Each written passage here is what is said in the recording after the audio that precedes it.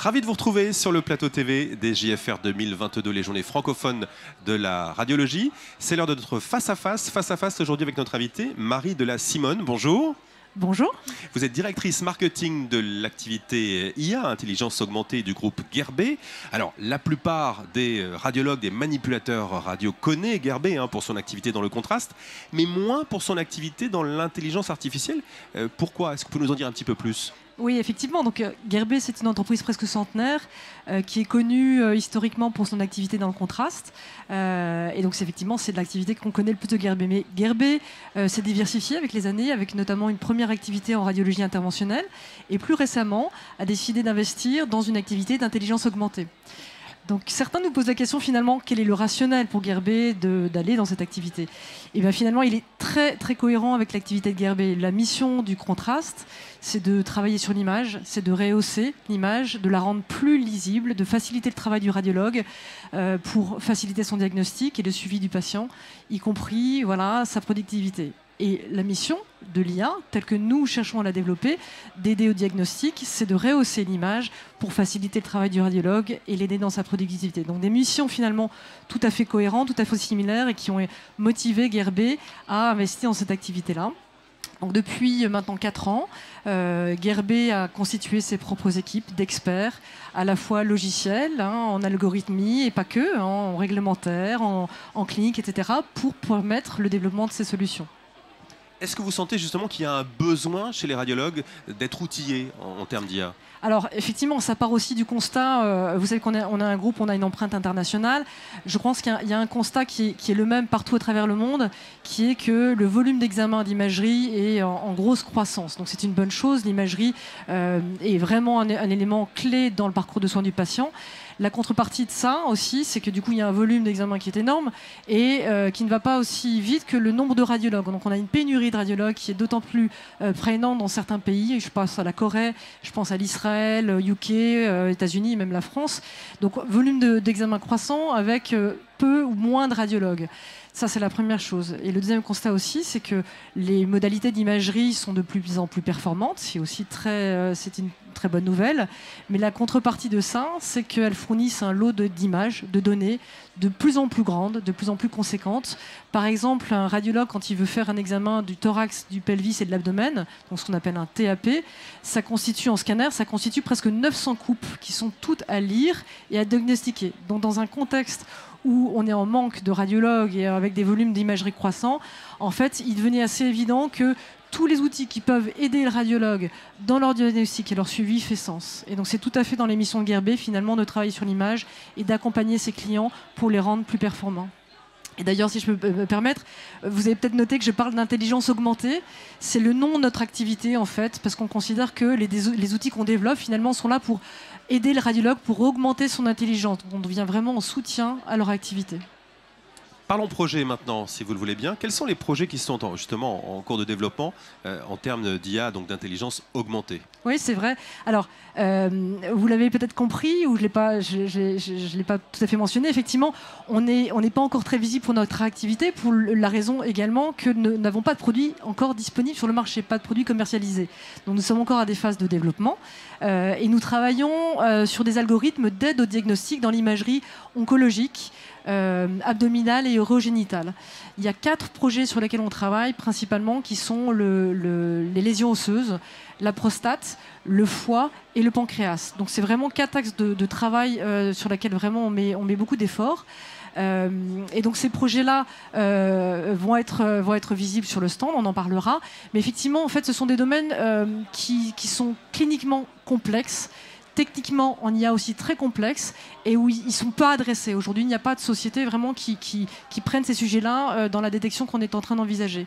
Et donc, il nous a semblé naturel pour Guerbet, avec son expertise sur des sujets complexes, avec son réseau de leaders d'opinion à travers le monde, d'aller sur ces domaines oncologiques à forte valeur ajoutée pour apporter une solution et une aide aux radiologues.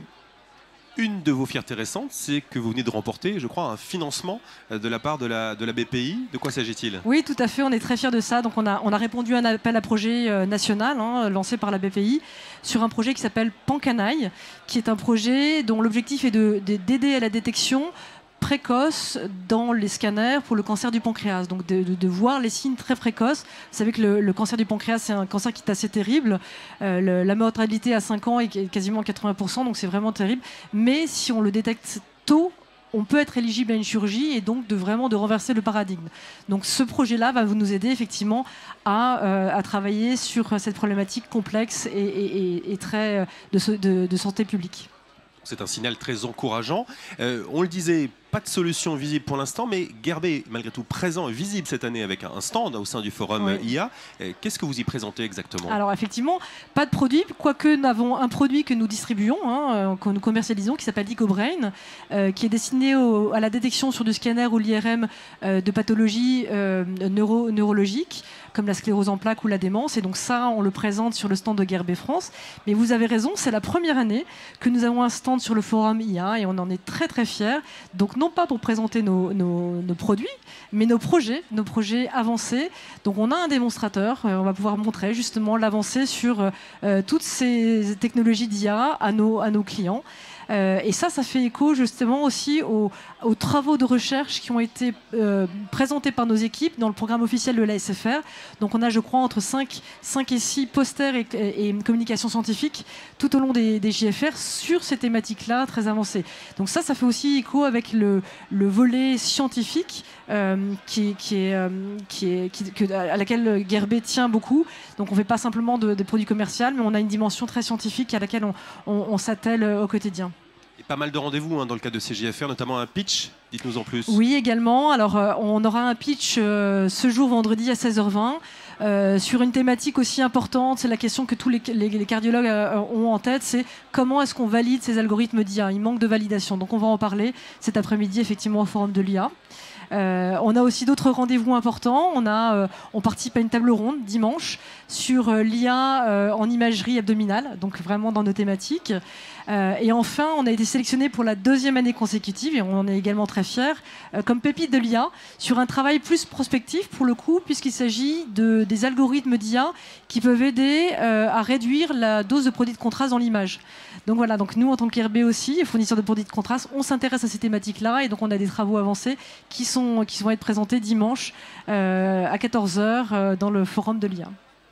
Alors, ces produits en cours de projet, en cours de développement, est-ce que Guerbet prévoit quand même de les commercialiser? Et si oui, à quel moment? Alors, bien sûr, l'objectif final, c'est de les commercialiser. Maintenant, comme vous l'avez compris, on est encore à des stades de développement.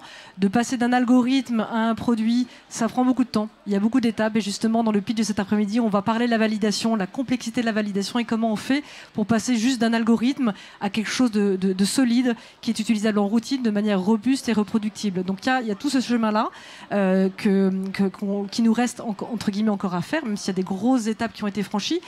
Et il y a l'étape réglementaire aussi. Malheureusement, la nouvelle réglementation européenne, la nouvelle MDR, fait que les délais de mise sur le marché sont rallongés.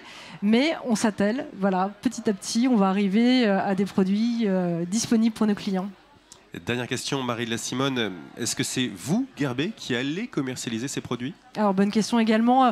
Je dirais tout est possible, dans le sens où sur des marchés où on a une très forte présence, on ira certainement en direct. Maintenant, il y a des marchés et des géographies où il est plus pertinent d'avoir des partenariats avec des industriels qui peuvent soit intégrer directement nos algorithmes dans leur technologie, ou simplement la distribuer. Donc je dirais le panel des possibles est ouvert, rien n'est figé, mais il faudra encore attendre un tout petit peu avant de pouvoir utiliser nos produits en routine clinique. On va rester patient et continuer à vous suivre. Merci infiniment, Marie de la Simone, d'avoir répondu à nos questions dans ce face-à-face. Très bon congrès à vous et à très bientôt sur le plateau TV des JFR 2022. Bonne journée.